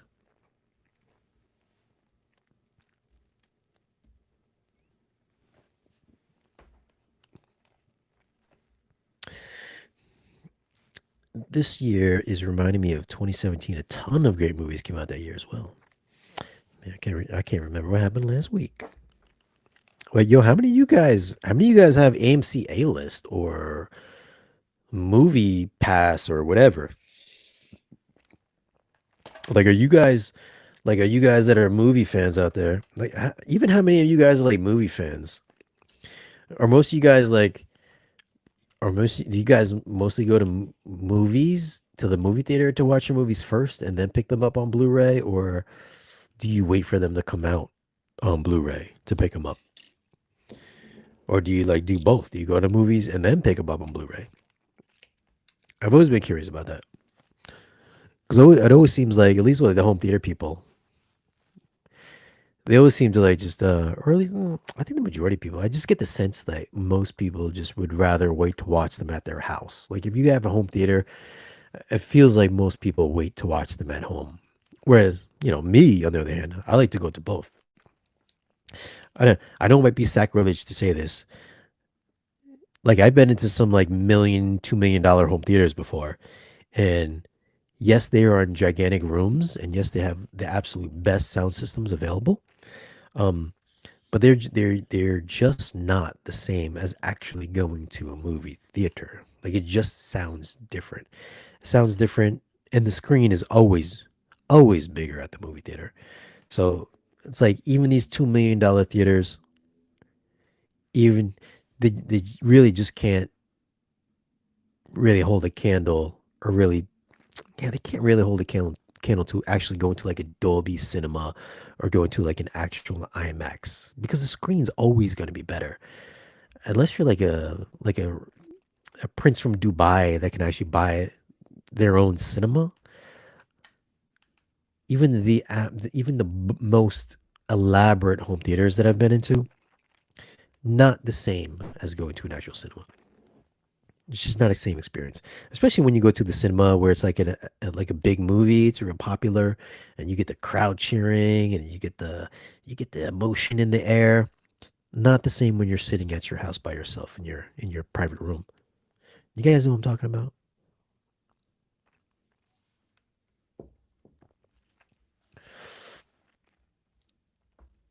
Let me see here. Yeah, that Will does both. And listen, do you guys have like these movie passes, these movie subscription services? Because I think they're phenomenal. If AMC didn't have three movies a week for $25, I probably wouldn't even go to movies. Like I would go to like one movie a month or something like that because it's so stupid expensive. But with with these subscription services, I don't know why more people don't have subscriptions, or why you would not have a subscription if you're a movie fan. Because the Little Mermaid ticket today, if I was going to buy it normally, is like 17.99. That's $18 to see the Little Mermaid, and the movie wasn't even that good. Whereas if you get like the AMC A list, it's $25 for three movies a week or 12 movies a month.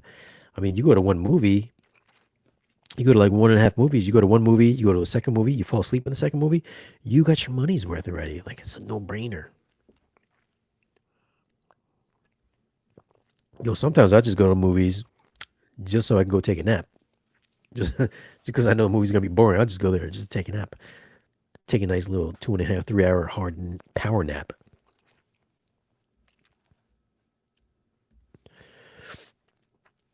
Movie theater is more social when I want to share the experience. I usually watch stuff at home by myself. You know, the one thing that I regret, maybe because it just wasn't like advertised a lot, but I saw John Wick by myself at at my house, because I don't even think I even heard that John Wick was even coming out. That's one of those things where it's like you get these small movies that come out to the theaters, and then you don't hear about it, but then you get it at your house, and then you watch it at home, and you just blown away. There's very few movies that I watch in my house that I'm just blown away by. I think that was one of the rare movies where I was like, oh my god, I was like, yo, this Keanu Reeves movie isn't like his B-level movies that he's been doing. Like he just like shot up to A-list all over again. Like he's like rejuvenated his career, John Wick. And I was like, holy shit. I was like, yo, this movie came out to the theaters, because I had never even heard about John Wick. Like I wish I would have knew it was good to experience at the theater. Unfortunately, I had to watch it by myself here in my theater. But but damn, that was a fucking good. That was one of the last movies I was just like, wow, that was a good ass movie that I wish I could have saw at the theater.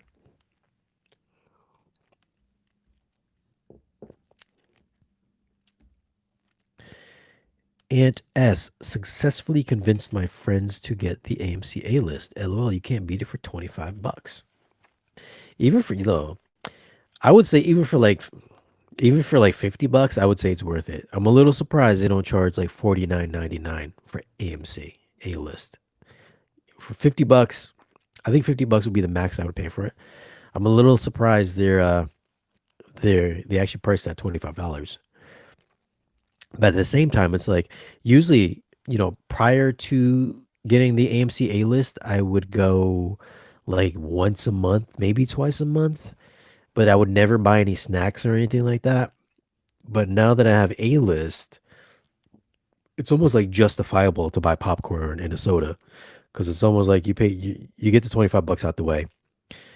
And even if the popcorn is like even if the popcorn's like $12 and the soda's like $8, I'm like, all right, I can justify this because I'm gonna go to like 6 movies this month. So I can kind of justify the cost. Whereas normally I wouldn't. So I think because they priced it so low, they're just anticipating that you're gonna buy concessions, which makes sense because they make so much money on concession.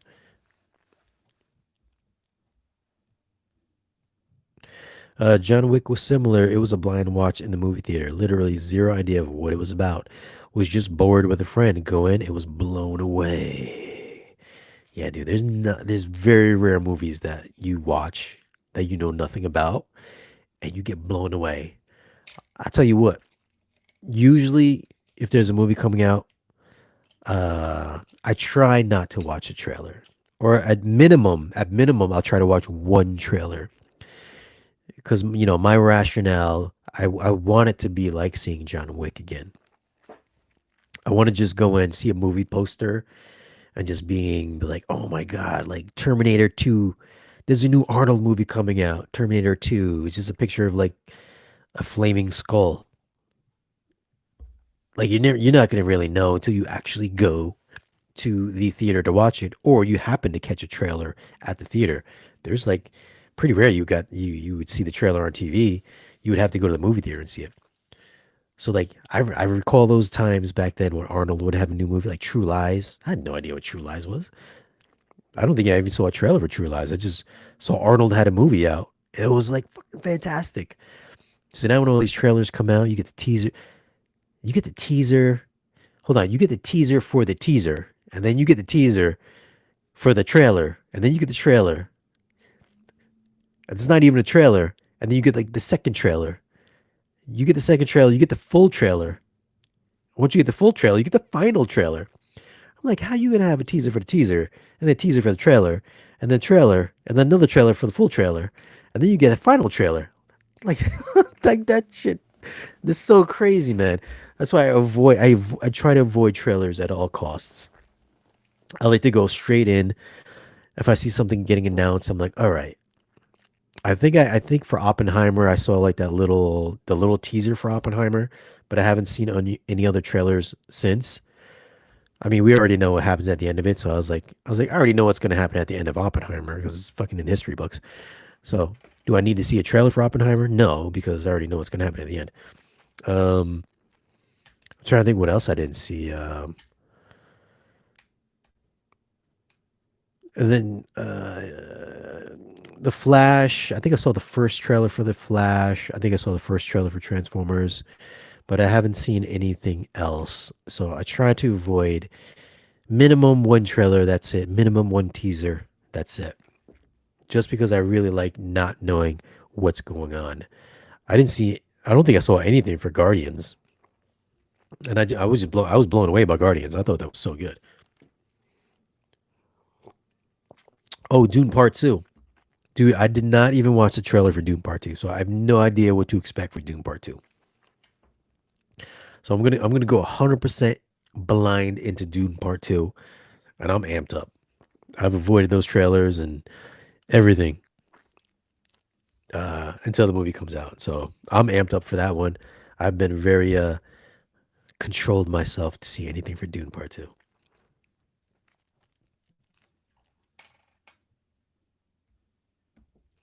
What's this?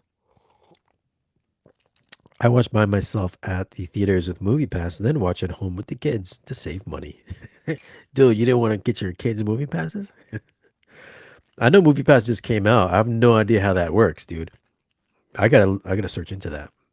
I know something like you get like points or something that rolls over and like credits or something like that. Like I gotta look into that. Is it better than $25 a month? Trailers are constantly getting worse. I constantly avoid them. Props to whoever did the trailer for Raccoon City, though. The trailer was better than the movie. Man, listen, I like Raccoon City. I like Resident Evil Raccoon City. I liked it better than the other series of movies because I thought it followed the games. At least what is it? 1 and 2? Games 1 and 2? They kind of like melded it together. So I should like that. I should like that movie better than the other ones. Than the Mila Jovovich ones.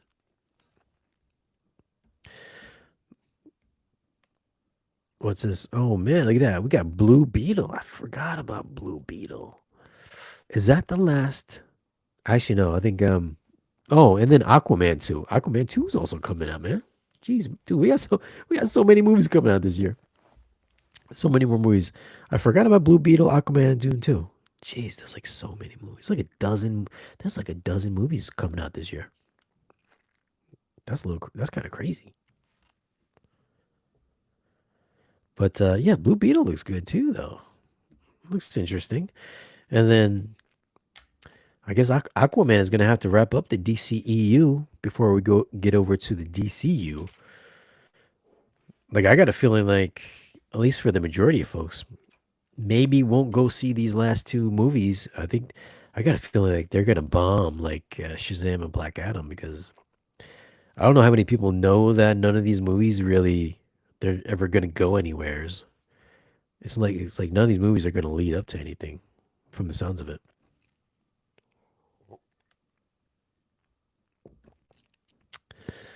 What's this?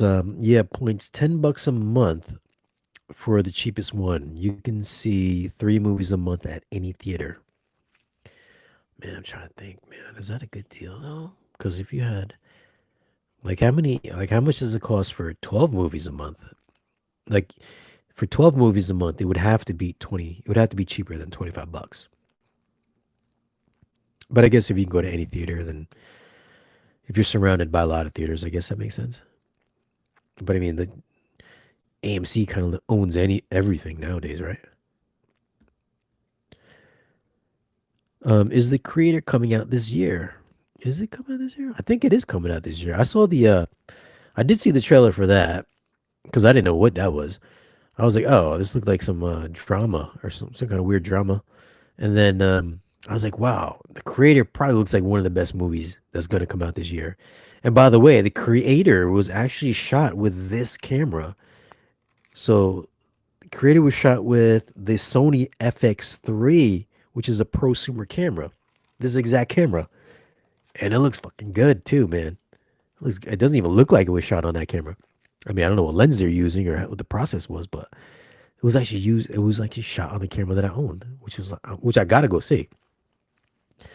So that looks like a legit. That looks like a legit. You could do like a reboot of Terminator. It would be the creator. I mean, I was just getting Terminator vibes all the way. I was like, man, that movie's gonna be fucking dope. I can't wait to check that out. Because Denzel's son is just like coming on like strong. Tenet, the creator, he was in Ballers. Man, he's just like everywhere. He's taking over. He's taking over for his dad.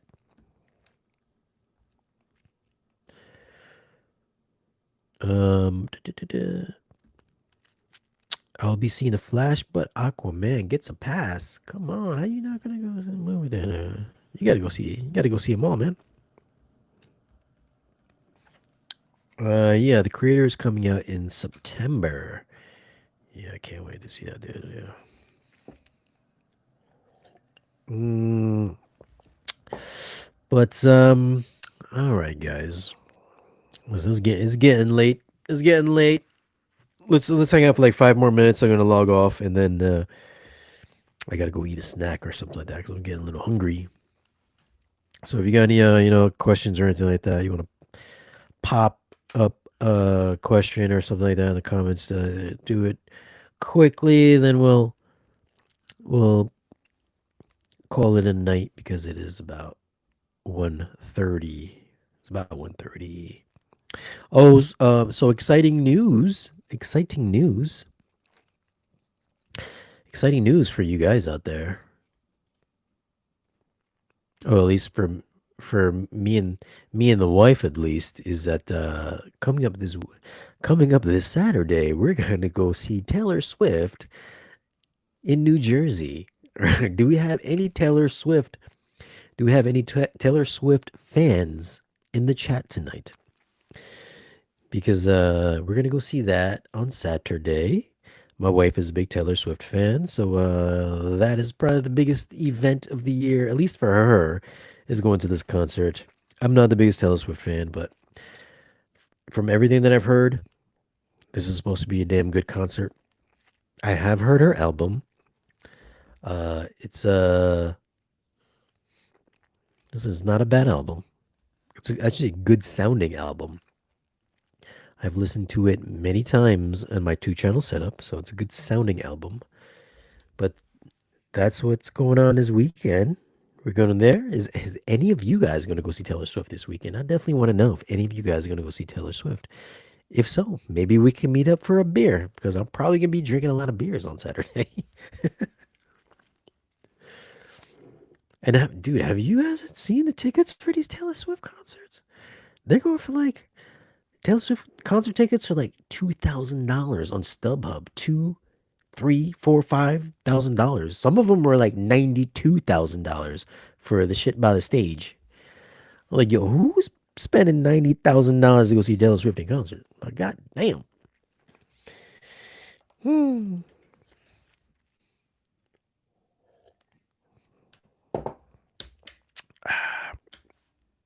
Jeremy says, I felt the same way when my wife dragged me to, to Britney Spears. Well, listen, I will say one thing. I would 100% rather go see Taylor Swift than Britney Spears. At least, at least Britney Spears of today. Like, I don't know what is going on with Britney Spears now.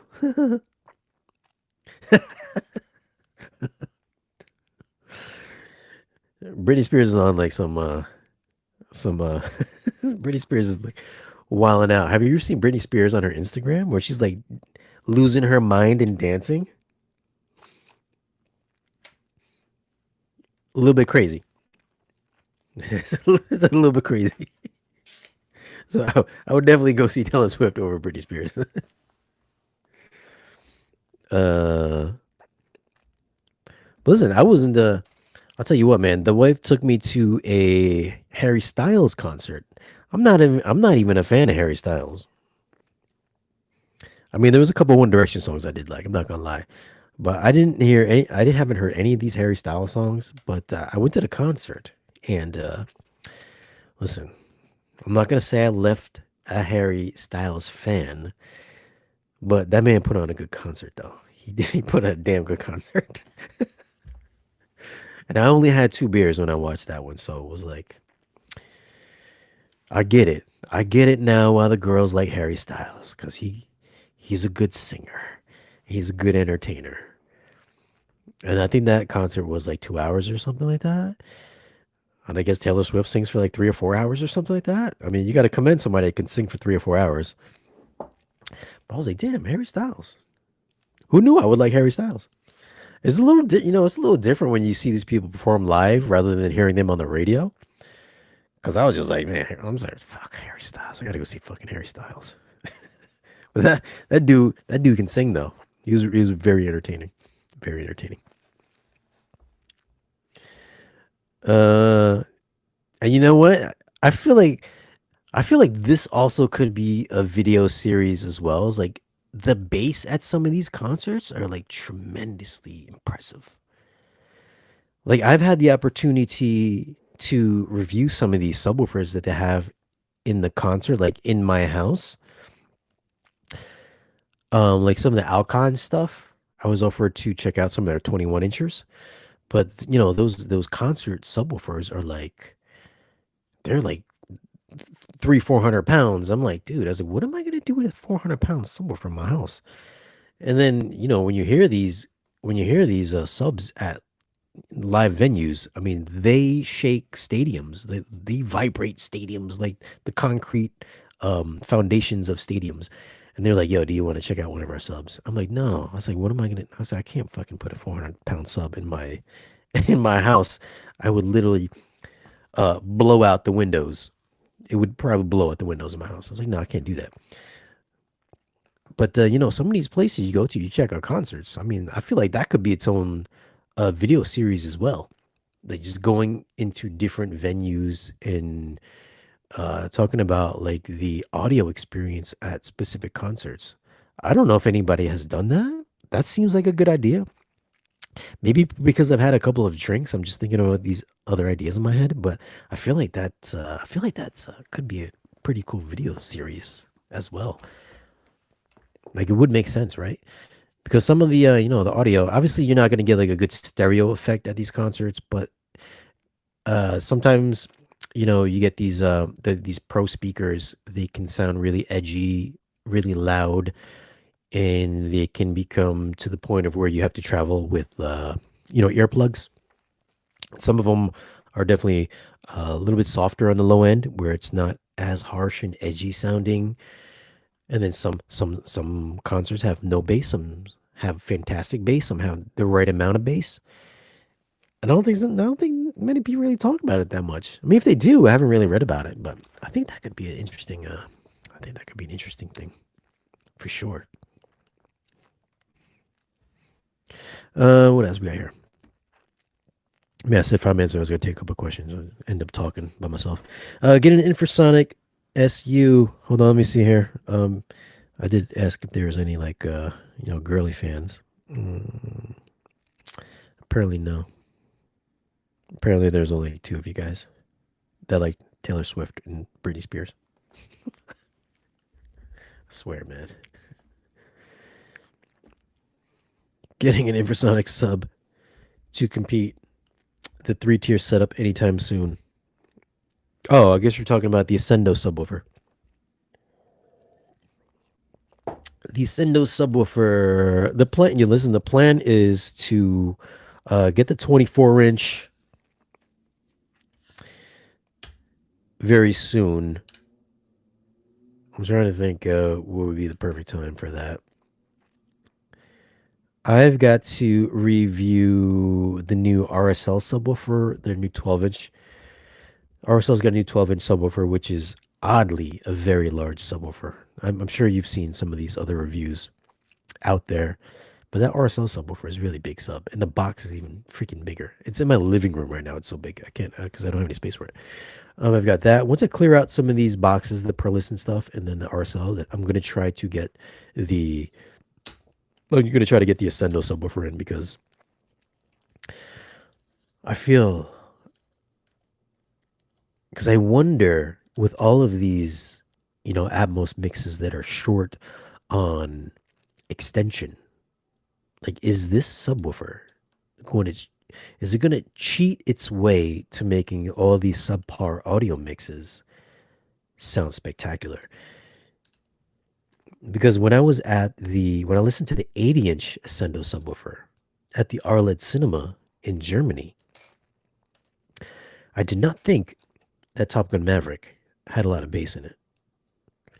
But after hearing it with an 80-inch subwoofer,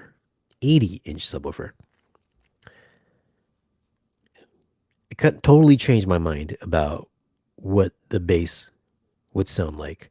So I don't know if the 80-inch subwoofer was just picking up so much more infrasonics that a normal consumer brand subwoofer can't pick up. And it's just really accentuating and excelling everything from the very lowest end and just bringing them up to audibility that we're just not hearing on our regular, you know, SVS or KEF subwoofer or whatever other subwoofer brands are out there. I'm wondering if these specific infrasonic subwoofers are just really capturing the stuff that we are not hearing on these Atmos mixes that we deem Atmos mixes or limited frequency response mixes. Because my whole outlook definitely changed when I listened to Maverick on the 80-inch subwoofer.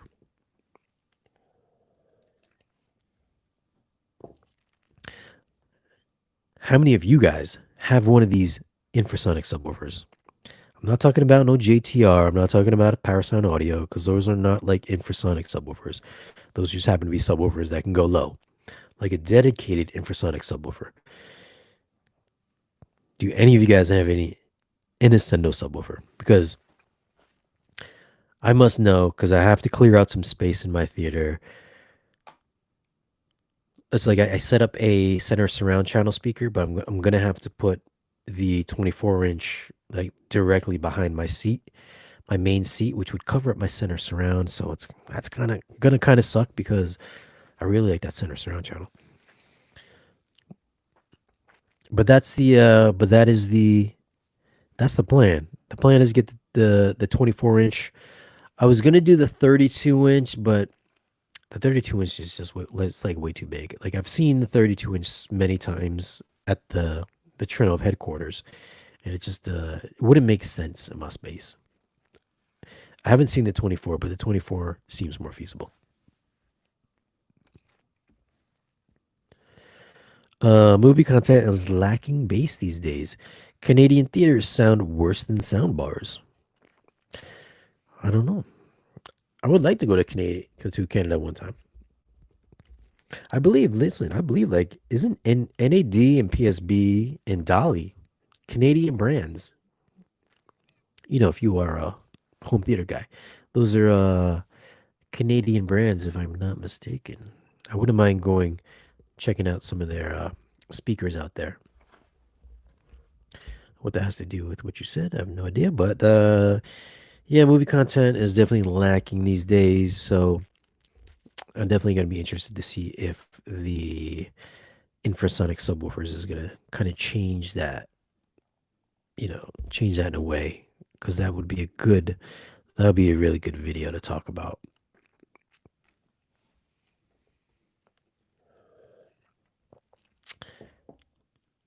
Higher admission prices, man. If you don't have any if you don't have any subscription fees, then that kind of sucks. Then you are correct. Paradigm is Canadian, and Dali is Denmark. You know what? I think the guys that rep Dali, they rep Dali, and they also rep, I think, Isoacoustics, and then PSB, and then NAD, and they also handle Dali as well. But I think the Dolly stuff ships out of Canada, as far as I remember. When I did the Oberons, what did I do? Did I do the Oberons? I think I did the Oberons. Maybe it was something else. Nobody talks about Dolly. They really should talk about Dolly. The tweeters on Dolly speakers are like fantastic. I mean, you get two of them. You get the ribbon tweeter, and then you get the standard soft dome tweeter. Great, what great speakers, and they're built extremely well too. So I don't know why more people don't talk about Dolly. Well, okay, I'm gonna log off. Man, 2 hours. I wasn't planning to get on here for 2 hours, but I'm gonna log off here. If you guys want to check out this full podcast at another time, maybe you missed the beginning. Definitely go to Dynamically Challenged, where all of these late night streams reside. I usually pull them off of Shane Lee because I like to keep the reviews here, and then these late night chats and podcasts over on the other channel, which is Dynamically Challenged. So check out Dynamically Challenged on YouTube. That's where these late night chats live after you watch them here on Shane Lee. Thanks for hanging out with me, and I'll catch you